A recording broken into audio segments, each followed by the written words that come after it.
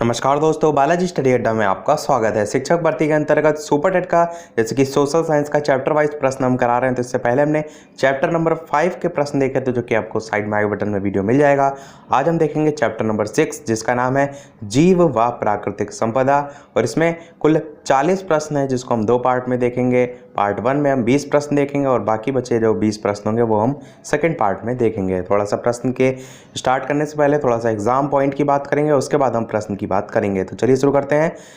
पहला आपका है पॉइंट की पृथ्वी पर जो विषुवत रेखा है, जिसे हम भूमध्य रेखा के नाम से भी जानते हैं, इसके आसपास सर्वाधिक घने वन जो है वो पाए जाते हैं। भोजपत्र जो है वो वृक्ष हिमालय क्षेत्र में पाया जाने वाला वृक्ष है और ये अधिक ऊंचाई वाली जो पर्वतीय वनस्पति है उसके अंतर्गत जो है वो आता है। अगला पॉइंट आपका काफ़ी बार पूछा जाता है कि सुंदरवन जो है वो कहाँ स्थित है। तो पश्चिम बंगाल राज्य में जो है वो स्थित है। सुंदरवन का नाम सुंदरवन किस लिए पड़ा, ये भी आपको पता होना चाहिए। तो यहाँ पर सुंदरी नामक वृक्ष की अधिकता के कारण ही इसका नाम सुंदरवन जो है वो पड़ा है। और सुंदरवन का डेल्टा आप जानते हैं, बहुत ही ज़्यादा पूछा भी जाता है। अगला पॉइंट देखते हैं। तो जो बॉम्बे हाई है ये खनिज तेल से जो है वो संबंधित होता है। अगला पॉइंट है रानीगंज कोयले की खान जो है वो पश्चिम बंगाल में स्थित है। और लास्ट पॉइंट है आपका कि भारत में कोयला उत्पादन में जो झारखंड है उसका जो है वो प्रथम स्थान है। तो इतने पॉइंट हैं मेन जो ध्यान रखिएगा। चलिए शुरू करते हैं प्रश्न नंबर 1 से। तो पहला प्रश्न कह रहा है कि हमारे देश का राष्ट्रीय पशु जो है वो कौन है। तो 4 ऑप्शन है, आप सभी जानते हैं। तो चलिए बात कर लेते हैं उत्तर की। आपका ऑप्शन नंबर ए बाघ जो है वो बिल्कुल सही हो जाएगा। अब देखिए यहाँ पर राष्ट्रीय की बात की हुई है, तो सभी राष्ट्र प्रतीक को जान लेते हैं। राष्ट्रीय पक्षी यदि आपसे पूछा जाए तो आप कहेंगे राष्ट्र पक्षी मोर होता है। और 1963 में जो है इसे लिया गया था, यह कह सकते हैं राष्ट्रीय पक्षी जो है वो घोषित किया गया था। राष्ट्रीय पशु आपसे पूछा गया है तो बाघ ही होगा, परंतु इसे 1973 में बंगाल टाइगर यानी कि बाघ जो है जिसको कहा जाता है बंगाल टाइगर, इसको जो है वो राष्ट्रीय पशु घोषित किया गया था। और इससे पहले जो शेर है वो भारत का राष्ट्रीय पशु होता था। तो ये भी ध्यान रखिएगा, 1973 के बाद से जो है वो चेंज आया है। राष्ट्रीय गान की बात करें तो रविन्द्रनाथ टैगोर ने लिखा है जन गण मन, तो उसे 24 जनवरी 1950 को राष्ट्रीय गान के तौर पर अपनाया गया था और तब से आपका राष्ट्रीय गान हो गया है। राष्ट्रीय फूल की बात करें तो कमल का फूल जो है वो राष्ट्रीय फूल है। और राष्ट्रीय फल की बात करें तो राष्ट्रीय फल जो है वो आम है। इसके अलावा राष्ट्रीय गीत की बात करें तो वो वंदे मातरम है, जो कि बंकिम चंद्र चटर्जी के द्वारा लिखा गया है। एक चीज़ का हमेशा ध्यान रखिएगा, जब राष्ट्रीय गान पूछा जाए तो आपको जनगण मन बताना है, राष्ट्रीय गीत पूछा जाए तब आपको वंदे मातरम बताना है। तो यहीं पर सबसे ज़्यादा लोग गलती करते हैं, तो ध्यान रखिएगा, ये जो है आपका हो जाएगा। अगली बात करते हैं राष्ट्रीय ध्वज की। तो आप जानते हैं तिरंगा है, जिसमें केसरिया, सफ़ेद और हरा रंग, ये 3 रंग हैं। और जो 22 जुलाई 1947 है, इसमें जो है इसे स्वीकार किया गया था संविधान सभा की एक बैठक के दौरान। और निर्मित किसके द्वारा किया गया था भारतीय ध्वज को, तो पिंगली वेंकैया द्वारा जो है इसे निर्मित किया गया था। राष्ट्रीय खेल की बात करें तो हॉकी है। हालांकि आप देखते हैं क्रिकेट में काफ़ी जो है लोग इंटरेस्ट लेते हैं, परंतु पहले जो है हॉकी में काफ़ी जो उच्च पदक हैं, ये सभी चीज़ें भारत को प्राप्त होती थी। ध्यानचंद का आपने नाम सुना होगा, तो तब बहुत लोकप्रिय था हॉकी। तभी भारत में क्रिकेट की लोकप्रियता के हिसाब से जो है हॉकी को राष्ट्रीय खेल जो है वो चुना गया था। इसके अलावा बात करते हैं राष्ट्रीय वृक्ष। तो राष्ट्रीय वृक्ष जो है वो बरगद का पेड़ है, ये भी ध्यान रखिएगा। मैं कोशिश कर रहा हूँ कि कहीं से भी आपका प्रश्न पूछा जाए तो आप बिल्कुल भी गलत जो है वो ना करें। तो राष्ट्रीय वृक्ष जो है वो बरगद हो जाएगा। राष्ट्रीय प्रतीक की बात करें तो सारनाथ का जो अशोक स्तंभ है वो जो है वो राष्ट्रीय प्रतीक जो है वो होता है। इसमें जो है वो 4 एशियाई शेर एक गोलाकार जो अबेकस है उस पर पीठ की ओर से जो है वो जुड़े रहते हैं। अबेकस पर हाथी, घोड़े, बैल, शेर, इन सभी की प्रतिमाएं जो है वो होती हैं और इनके बीच में बना जो पहिया होता है वो इन्हें अलग जो है वो करते हैं। आप ये चीज़ देख सकते हैं, जो आप सिक्का देखते हैं उस पर भी जो है वो बना होता है। बात करते हैं भारत की राष्ट्रीय नदी की। तो गंगा जो है वो भारत की राष्ट्रीय नदी है और इसकी लंबाई, जब नदी वाला चैप्टर मैंने पढ़ा है तो बताया था 25-25, ध्यान रखिएगा तो 2525 जो है इसकी लंबाई हो जाएगी। और राष्ट्रीय मुद्रा की बात करते हैं, भारतीय रुपया जो है वो राष्ट्रीय मुद्रा है। राष्ट्रीय विरासत पशु की बात करें तो हाथी जो है वो राष्ट्रीय विरासत पशु है। और राष्ट्रीय जलीय जंतु की बात करें तो डॉल्फिन जो है वो आपका राष्ट्रीय जलीय जंतु जो है वो हो जाएगा। और एक लास्ट आपका पॉइंट कि राष्ट्रीय सर्प यदि पूछा जाए तो किंग कोबरा जो है वो भारत का राष्ट्रीय सर्प है। लंबाई इसकी 18.5 से लेकर 18.8 फीट तक जो है वो होती है। बढ़ते हैं चलिए अगले प्रश्न 2 की तरफ। अगला प्रश्न 2 देखते हैं, भारत में एशियाई शेर कहाँ पाए जाते हैं? मध्य प्रदेश में, उत्तर प्रदेश में, महाराष्ट्र में या गुजरात में? 4 ऑप्शन है, आपको बताना है कौन सा सही होगा। बात कर लेते हैं उत्तर की, तो गुजरात आपका बिल्कुल सही हो जाएगा। मैंने पहले भी बताया है कि गिर गुजरात में आपका जो है वो जो एशियाई शेर हैं वो पाए जाते हैं। ट्रिक से भी बताया था कि शेर आए और किसी व्यक्ति को दौड़ाएगा तो क्या होगा, वो गिर जाएगा व्यक्ति, और गिरने से क्या होगा, वो गुजर जाएगा जब शेर उसको खा जाएगा। इस टाइप से थोड़ा सा ध्यान रख सकते हैं। अगला प्रश्न 3 है कि वन्य जीव सप्ताह जो है वो मनाया जाता है अक्टूबर के पहले सप्ताह में, नवंबर के पहले सप्ताह में, दिसंबर के पहले सप्ताह में या सितंबर के प्रथम सप्ताह में? तो 4 ऑप्शन है, आपको बताना है कौन सा सही होगा। यहाँ पर कंफ्यूज ना होइएगा, यहाँ पर वन्य जीव सप्ताह पूछा गया, इसी से मिलता जुलता एक वन महोत्सव होता है, वो आपका अलग है, वन्य जीव सप्ताह अलग है। तो चलिए बात करते हैं उत्तर की। सही हो जाएगा आपका ऑप्शन नंबर ए, अक्टूबर के प्रथम सप्ताह में जो है वो यानी कि 1 से 7 अक्टूबर तक जो है वो वन्य जीव सप्ताह जो है वो मनाया जाता है। परंतु यहाँ पर यदि वन महोत्सव पूछा गया होता तो वो जुलाई माह का जो पहला सप्ताह है उसमें जो है वो मनाया जाता है। अगला प्रश्न देखते हैं चौथा कि एक सींग गैंडे के लिए प्रसिद्ध जो काजीरंगा राष्ट्रीय उद्यान है वो कहाँ स्थित है? तो 4 ऑप्शन दे रखे हैं, आपको बताना है इन चारों में से कौन सा सही होगा। इसके अलावा वीडियो पसंद आए तो वीडियो को लाइक भी अवश्य करते रहिएगा, मुझे भी मोटिवेशन मिलता रहे। बात करते हैं चलिए उत्तर की। आपका ऑप्शन नंबर सी यानी कि असम जो है वो बिल्कुल सही हो जाएगा। असम का काजीरंगा जो राष्ट्रीय उद्यान है वो एक सींग वाले जो गैंडा है उसके लिए जो है वो प्रसिद्ध है। और कहाँ स्थित है? तो असम के जोरहट जिले में जो है ये स्थित है। असम के जोरहट जिले में जो है ये स्थित है। अगला प्रश्न देखते हैं 5वां कि भारत का कौन सा राष्ट्रीय उद्यान हंगुल मृग के लिए जो है वो प्रसिद्ध है? मानस, जल्दपाड़ा, दाचीग्राम या इंद्रावती? 4 ऑप्शन दे रखे हैं, आपको बताना है इन चारों में से कौन सा सही होगा। तो चलिए बात कर लेते हैं उत्तर की। तो आपका दाचीग्राम जो है वो बिल्कुल सही हो जाएगा। ये जो है जम्मू कश्मीर में जो है वो स्थित है और हंगुल मृग के लिए जो है ये प्रसिद्ध है। अगला प्रश्न देखते हैं 5वां कि प्राकृतिक संपदा है जल संपदा, वायु संपदा, मृदा संपदा या सभी? तो आप सभी जानते हैं कि ये सभी जो है आपके हो जाएंगे, परंतु इन तीनों के अलावा 2 और होती हैं, क्योंकि प्राकृतिक संपदाओं में जो विभाजित किया गया है वो आपका कुल 5 भागों में किया गया है। एक हो गया आपका जल, एक हो गया वायु, एक हो गया मृदा और एक हो गया आपका वन संपदा और एक और होता है खनिज संपदा। तो ये 5 प्रकार होते हैं। हो सकता हो अगली बार ऑप्शन में आपको इन दोनों में से कोई देखने को मिल जाए, तो ध्यान रखिएगा ये तीनों ही जो है आपके, और 2 और जो है वो एक्स्ट्रा होते हैं। अगला प्रश्न कह रहा है कि लोहा, कोयला, तांबा, पत्थर आदि के अंतर्गत आते हैं, तो क्या ये जल में आते हैं? आप कहेंगे लोहा तो जल में बिल्कुल नहीं आता है। क्या ये खनिज में आते हैं? आप कहेंगे कि खनिज में आ सकते हैं। फिर अगला ऑप्शन है क्या मृदा में आता है? आप कहेंगे बिल्कुल नहीं। क्या उपरोक्त सभी? तो आप कहेंगे बिल्कुल नहीं। तो आपका उत्तर जो है ऑप्शन नंबर बी, खनिज संपदा जो है वो बिल्कुल सही हो जाएगा। 8वां प्रश्न देखते हैं कि कोयला पेट्रोलियम और प्राकृतिक गैस है, जीवाश्म ईंधन, कृत्रिम ईंधन, दोनों या इनमें से कोई नहीं? 4 ऑप्शन दे रखे हैं, आपको बताना है कौन सा सही होगा। तो बात करें उत्तर की कौन सा सही होगा, आपका ऑप्शन नंबर ए जीवाश्म ईंधन जो है वो सही हो जाएगा। कोयला, पेट्रोलियम, प्राकृतिक गैस ये सभी आपके जो खनिज संपदा हैं उसके अंतर्गत जो है वो आते हैं, और ये जो खनिज संपदा है यही जो है आपके जीवाश्म ईंधन जो है वो कहलाते हैं। क्यों? क्योंकि इनका जो निर्माण होता है वो पादप और जंतुओं के जो अवशेष होते हैं उनसे जो है वो होता है। तो ध्यान रखिएगा, आपका ऑप्शन ए जो है वो सही हो जाएगा। बढ़ते हैं अगले प्रश्न 9 की तरफ कि जल संसाधन जो है उसमें भारत का विश्व में कौन सा स्थान है? तो 4 ऑप्शन दे रखे हैं, आपको बताना है कौन सा सही होगा। तो चलिए बात करते हैं उत्तर की। सही हो जाएगा आपका ऑप्शन नंबर सी, यानी कि तीसरा स्थान जो है आपका सही हो जाएगा जल संसाधन में भारत का। परंतु प्रश्न में पूछा जाता है एक टाइप से और कि जो उत्तर प्रदेश है उसमें जो सर्वाधिक सिंचाई है वो किस माध्यम से सबसे ज़्यादा होती है? तो ध्यान रखिएगा नलकूप के माध्यम से जो है वो सर्वाधिक सिंचाई जो है वो होती है। वहाँ पर ऑप्शन में आपको भ्रमित करने के लिए अलग अलग ऑप्शन देखने को मिल सकते हैं। और भारत में जो प्रथम जल विद्युत केंद्र है वो कहाँ स्थापित किया गया है ये पूछा जाए तो कर्नाटक जो है वो ध्यान रखिएगा, क्योंकि जब जल की बात हो रही है तो ये कुछ इंपॉर्टेंट पॉइंट हैं जहाँ से जो है प्रश्न पूछे जाते हैं। चलिए बढ़ते हैं अगले प्रश्न 10 की तरफ कि पृथ्वी के ऊपरी जो सतह है उसको क्या कहते हैं?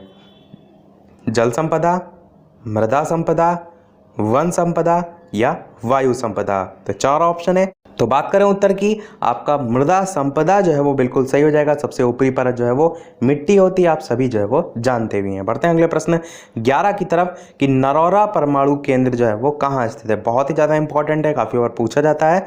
तो ये आपका उत्तर प्रदेश में जो है वो स्थित है, और उत्तर प्रदेश में भी यदि पूछा जाए कहाँ है तो उत्तर प्रदेश के बुलंदशहर जिले में गंगा नदी के किनारे जो है वो स्थित है।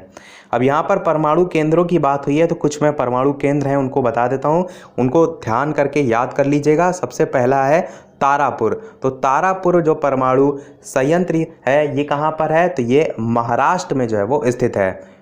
दूसरे की बात करते हैं तो दूसरा है आपका रावत भाटा। रावत भाटा इसकी बात करें तो ये जो है वो आपका राजस्थान में जो है वो स्थित है। ध्यान रखिएगा कि कहाँ पर स्थित है। फिर तीसरे की बात करते हैं तो तीसरा हो जाएगा आपका कुडनकुलम। कुडनकुलम ये कहाँ स्थित है? तो ये जो है वो तमिलनाडु में जो है वो स्थित है। चौथे की बात करते हैं तो आपका हो जाएगा कैगा। कैगा कहाँ पर स्थित है? तो ये जो है वो कर्नाटक में जो है वो स्थित है। पांचवे की बात करते हैं तो आपका हो जाएगा काकरा पार। ये सभी प्रश्न बहुत पूछे जाते हैं हर पेपर में, तो ये आपको 5-6 हैं जो याद होने चाहिए। काकरा पार कहाँ है? तो ये गुजरात में जो है वो स्थित है। छठा आपका जो है वो कलपक्कम हो जाएगा, जो तो काफ़ी बार पूछा गया है। और कलपक्कम कहाँ पर है? तो ये जो है वो तमिलनाडु में स्थित है। कलपक्कम को आप इस प्रकार से भी याद कर सकते हैं कि कोई आपको मिलने के लिए बुलाए तो मिल। देखिए तमिल में क्या आता है, तमिलनाडु इस प्रकार से लिखेंगे तो आप देखिए तू मिल, तो किसी को आप मिलने के लिए बुलाएंगे, तू मुझसे आकर मिल, तो क्या कहेगा कि कल पक्का मैं आपसे मिलूंगा। तो कल पक्का मुझसे जो है आप याद रख सकते हैं। और नरौरा मैंने आपको बता ही दिया। तो ये 7 आप जो है ध्यान रखिएगा, 6 ये बताया और 7वां नरौरा उत्तर प्रदेश में, इनको अवश्य ध्यान रखिएगा। यहाँ से प्रश्न एक न एक पूछने की संभावना सबसे ज़्यादा रहती है।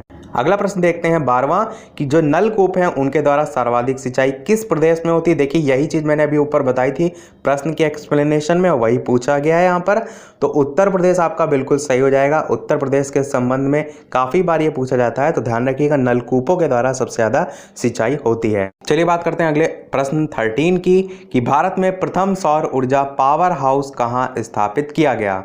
तो 4 ऑप्शन दे रखे हैं, आपको बताना है इन चारों में से कौन सा सही होगा।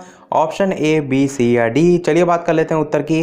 तो आपका उत्तर नंबर सी लद्दाख बिल्कुल जो है वो सही हो जाएगा। अगला प्रश्न देखते हैं 14 की उत्तर प्रदेश में तेल शोधक कारखाना है? लखनऊ, मथुरा, आगरा, झांसी। 4 ऑप्शन है, आपको बताना है इन चारों में से कौन सा सही होगा। चलिए बात करें उत्तर की तो मथुरा जो है आपका बिल्कुल सही हो जाएगा। उत्तर प्रदेश में जो तेल शोधक कारखाना है वो मथुरा में जो है वो स्थित है। अगला प्रश्न 15 कह रहा है कि राष्ट्रीय वन नीति के अनुसार पर्यावरण की दृष्टि से देश के कम से कम कितने प्रतिशत क्षेत्र पर जो वन है उनका आवरण आवश्यक है? 23%, 25%, 33% या 40%। तो आप सभी जानते हैं कि जो पासिंग मार्क होता है वो कितना होता है? अधिकतर 33% आपको देखने को मिलता है।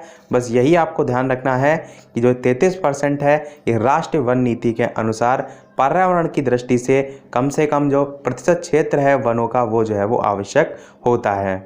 इसके अलावा पहाड़ी क्षेत्रों की यदि बात करें तो राष्ट्रीय वन नीति के अनुसार ही पर्यावरण की दृष्टि से देश के जो पहाड़ी क्षेत्र हैं उनका 60% भाग, और जो मैदानी क्षेत्र हैं उनकी बात करें तो उनका 20% भाग, और संपूर्ण देश का यदि पूछा गया तो 33%। तो ये वनों का आवरण अलग अलग हो जाएगा, 60% पहाड़ी क्षेत्रों का, 20% मैदानी क्षेत्रों का, और संपूर्ण भारत का तो 33%। अगला प्रश्न 16 केंद्र सरकार द्वारा दी गई वन नीति की जो घोषणा है वो किस वर्ष जो है वो की गई थी? 4 ऑप्शन है, आपको बताना है कौन सा सही होगा। ऑप्शन ए, बी या सी या डी। तो चलिए बात करें उत्तर की तो आपका ऑप्शन नंबर सी 1988 जो है वो सही हो जाएगा।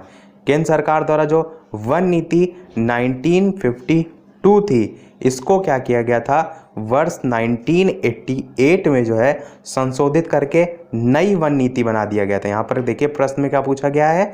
नई वन नीति। केवल वन नीति पूछा जाए तो 1952 ध्यान रखिएगा। नई वन नीति पूछा जाए तो 1988 ध्यान रखिएगा। बढ़ते हैं अगले प्रश्न 17 की तरफ। प्रश्न आपका क्या है, भारतीय वन सर्वेक्षण विभाग का मुख्यालय जो है वो कहाँ स्थित है? नई दिल्ली, देहरादून, नागपुर या भोपाल। 4 ऑप्शन है, आपको बताना है कौन सा सही होगा। चलिए बात करते हैं उत्तर की, तो आपका देहरादून बिल्कुल सही हो जाएगा। पर्यावरण में आपका यह प्रश्न काफ़ी बार जो है वो पूछा जाता है। तो देहरादून और किसके अंतर्गत? तो उत्तराखंड। तो भारतीय वन सर्वेक्षण विभाग का मुख्यालय देहरादून उत्तराखंड में जो है वो स्थित है। बढ़ते हैं अगले प्रश्न 18 की तरफ। और इसके अलावा वीडियो अभी तक लाइक ना किया हो, इतनी सारी इंफॉर्मेशन हम आपको प्रोवाइड करा रहे हैं, तो एक लाइक तो आपका बनता ही है, तो फटाफट लाइक कर दीजिए। और नए हो चैनल पर तो सब्सक्राइब भी अवश्य करके जाइए, ताकि आगे भी आने वाले जो चैप्टर्स हैं वो आपसे बिल्कुल मिस ना हो। बढ़ते हैं प्रश्न 18 की तरफ कि भारत में वन अनुसंधान संस्थान जो है वो कहाँ स्थित है? दिल्ली, भोपाल, देहरादून या लखनऊ। 4 ऑप्शन है, आपको बताना है कौन सा सही होगा। चलिए बात करते हैं उत्तर की, तो देहरादून आपका बिल्कुल सही हो जाएगा। वन सर्वेक्षण विभाग पूछा जाए तो भी देहरादून, जो कि उत्तराखंड में आता है, उसमें ही है। वन अनुसंधान संस्थान पूछा जाए तो भी देहरादून ही आपका बिल्कुल सही होगा।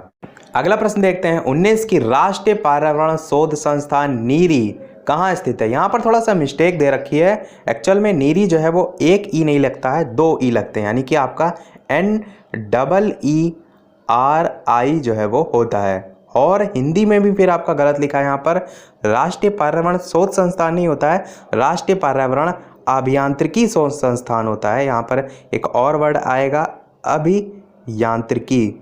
ये जो है आपका बिल्कुल सही होगा। अब आपको बताना है इन चारों में से कौन सा जो है वो सही होगा, ऑप्शन A, B, C या D। तो चलिए बात कर लेते हैं उत्तर की, कौन सा सही होगा। तो नागपुर आपका बिल्कुल सही हो जाएगा। तो नीरी जो है आपका नागपुर में जो है वो स्थित है। देखिए इंग्लिश में फुल फॉर्म पूछी जाए तो आप इसी हिंदी फुल फॉर्म से निकाल सकते हैं। N जो है आप देखिए, और यहाँ पर क्या लिखा है? राष्ट्रीय लिखा है। तो N से क्या हो जाएगा? राष्ट्रीय को इंग्लिश में क्या कहते हैं? नेशनल कहते हैं, यानी क्या N से हो जाएगा आपका नेशनल। फिर पर्यावरण को इंग्लिश में क्या कहते हैं? आप ई से सोचेंगे तो इन्वायरमेंटल कहते हैं, तो नेशनल इन्वायरमेंटल। फिर बाद वाला ई आ रहा है, इससे क्या है? अभियांत्रिकी। अभियांत्रिकी को इंग्लिश में हम क्या कहते हैं? तो इंजीनियरिंग कहते हैं। फिर बाद में क्या आ रहा है? आर आ रहा है, और आर से आप देखिए यहाँ पर शोध आ रहा है, तो शोध को इंग्लिश में क्या कहते हैं? तो रिसर्च कहते हैं। और आखिरी में देखिए आई आ रहा है, यहाँ पर संस्थान लिखा है, तो संस्थान को इंग्लिश में क्या कहते हैं? इंस्टीट्यूट कहते हैं, यानी कि आई से आपका इंस्टीट्यूट हो जाएगा। तो आप एक बार फिर से बोल के देख लीजिए, आप चाहें तो मेरे साथ रिपीट कर सकते हैं। N से हो जाएगा आपका नेशनल, E से हो जाएगा इन्वायरमेंटल, फिर E से हो जाएगा इंजीनियरिंग, R से हो जाएगा रिसर्च, और I से हो जाएगा इंस्टीट्यूट। तो ये इसकी फुल फॉर्म जो है वो होती है। बढ़ते हैं अपने प्रश्न की तरफ। जैसे कि सभी वीडियो में हम आपसे एक ना एक प्रश्न पूछते हैं, इस वीडियो का आपके लिए प्रश्न ये है कि जो फूलों की घाटी है वो कहाँ स्थित है? केरल में है, उत्तराखंड में है, जम्मू कश्मीर में है या हिमाचल प्रदेश में। इन चारों में से कौन सा सही होगा? वीडियो के मेन कमेंट में टाइप करके अवश्य बताइएगा। और इसका जो आंसर है वो हम अगला वाला जो पार्ट होगा इसका सेकंड, उसमें जो है वो देखेंगे, और उसके साथ हमारा जो चैप्टर होगा वो कंप्लीट होगा। चलिए बढ़ते हैं अपने अगले और इस वीडियो के लास्ट प्रश्न की तरफ, क्योंकि स्टार्टिंग में मैंने बताया था कि कुल 20 प्रश्न हम यहाँ पर देखेंगे। तो प्रश्न आपका क्या है कि भारत में वृक्षारोपण उत्सव, जिसे वन महोत्सव के नाम से जाना जाता है, उसके जन्मदाता जो है वो कौन है? तो 4 ऑप्शन है, आपको बताना है इन चारों में से कौन सा सही होगा, ऑप्शन A, B, C या D। तो चलिए बात कर लेते हैं उत्तर की, कौन सा सही होगा। आपका option number C, KM Munshi जो है वो बिल्कुल सही हो जाएगा। जो भारत सरकार है उसके द्वारा जो वृक्षारोपण उत्सव है, इसको प्रोत्साहन देने के लिए प्रतिवर्ष जो वन महोत्सव है वो मनाया जाता है। और मैंने स्टार्टिंग में बताया था कि वन महोत्सव आपका जुलाई माह के पहले सप्ताह को मनाया जाता है, और जब वन्य जीव सप्ताह पूछा जाए तब अक्टूबर के पहले सप्ताह में मनाया जाता है। बात करें अपने उत्तर की कि इसके जन्मदाता कौन थे, तो तत्कालीन यानी कि उस समय के कृषि मंत्री जो थे, जिनका नाम था KM मुंशी। K और M की फुल फॉर्म क्या होती है? तो कन्हैया लाल मणिकलाल मुंशी जो है आपका सही हो जाएगा। इन्हीं ने जो है वो जन्मदाता के रूप में जो है वो जाना जाता है। तो इसी के साथ हमारे आज के 20 प्रश्न समाप्त होते हैं। अगला वाला जो पार्ट होगा इसी का सेकंड, वो हम कल दोपहर 3 बजे जो है वो देखेंगे, और उसमें भी बाकी बचे प्रश्न जो है वो देखेंगे। तो आज के वीडियो में इतना ही। वीडियो पसंद आया हो तो लाइक अवश्य कीजिएगा, नए हैं चैनल पर तो सब्सक्राइब जरूर कीजिएगा। चलिए मिलते हैं अगले वीडियो में नए टॉपिक के साथ, तब तक के लिए नमस्कार। Thank you for watching.